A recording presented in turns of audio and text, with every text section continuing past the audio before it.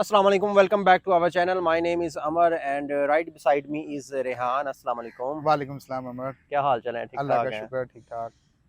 अच्छा, जब आपने एक ज़मीन ले ली, उसके बाद उसके ऊपर डेवलपमेंट का काम स्टार्ट करना है, उससे पहले आपने उसका करवाना है मैपिंग, जो उसका प्रॉपर नक्शा बनता है एक किसी भी पूरे प्रोजेक्ट का, उसमें कितने प्लॉट्स निकलनी हैं, किस तरह से सड़कें बननी हैं।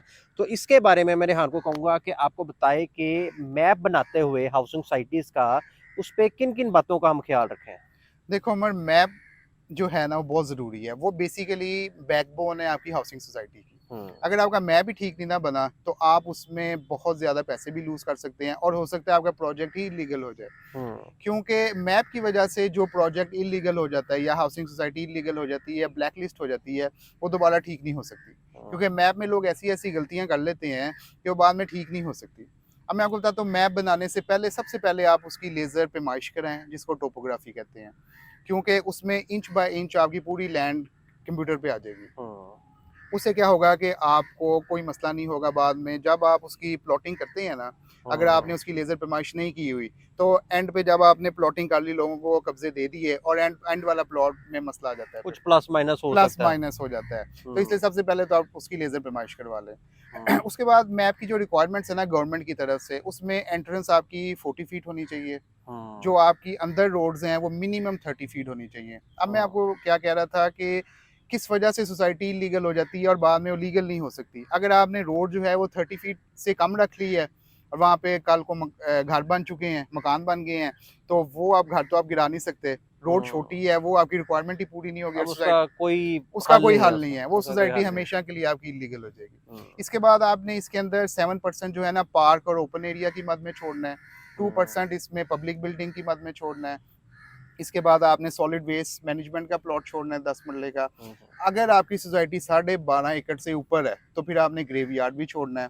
अच्छा, इसमें लोगों को एक टेक्निकल बात का नहीं पता, वो ये है कि लोग कहते हैं यार हमारी सोसाइटी 12.5 एकड़ में है, तो हम इसमें ग्रेवयार्ड कहाँ छोड़ें और कब्रिस्तान बनाते हुए लोग झिझकते हैं। इसमें एक टेक्निकल बात जो लोगों को नहीं पता वो ये है कि ग्रेवयार्ड ज़रूरी नहीं है आपने अपनी सोसाइटी के अंदर ही बनाना है। हुँ, आपके करीब तरीन जो ग्रेवयार्ड है, आप उधर भी लैंड अगर उसके पास लैंड अवेलेबल है, आप वो खरीद के भी डोनेट कर सकते हैं उस ग्रेवयार्ड को। हुँ, वो भी आप किसी सोसाइटी के अंदर आप अप्रूव करवा सकते हैं उसको।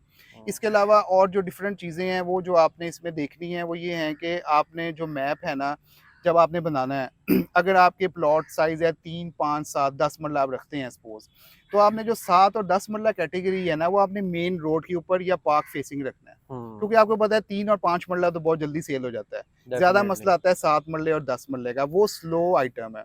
वो अगर उसको आपको एक एज देना पड़ता है या एक प्लस पॉइंट देना पड़ता है, वो आप देते हैं इसकी मेन रोड पे या पार्क फेसिंग पे।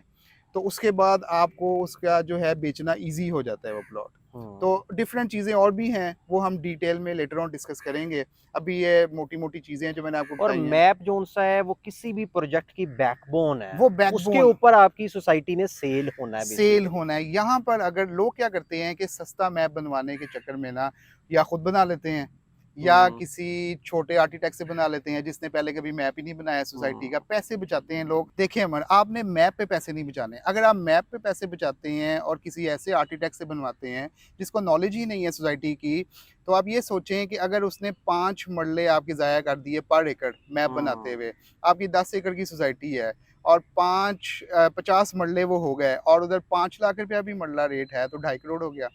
आपने मैप का 5 लाख बचा लिया और आपने अपने 2.5 करोड़ का नुकसान कर लिया। आपने अपना भी नुकसान किया और आपने प्लॉटिस का भी नुकसान किया। तो इसलिए जो है ना, मैप आपने बनवाते वक़्त ना आपने किसी अच्छे आर्किटेक्ट से बनवाना है जिसको प्रॉपर नॉलेज हो सोसाइटी बनाने की, कमर्शियल बनाने की। तो इस पे जो है ना आपने पूरी वर्किंग करनी है और पूरा टाइम लेना है मैप बनाते हुए। बिल्कुल ऐसे ही है। Thank you so much for watching. Catch you in the next video. Take care. अल्लाह हाफ़िज़। अल्लाह हाफ़िज़।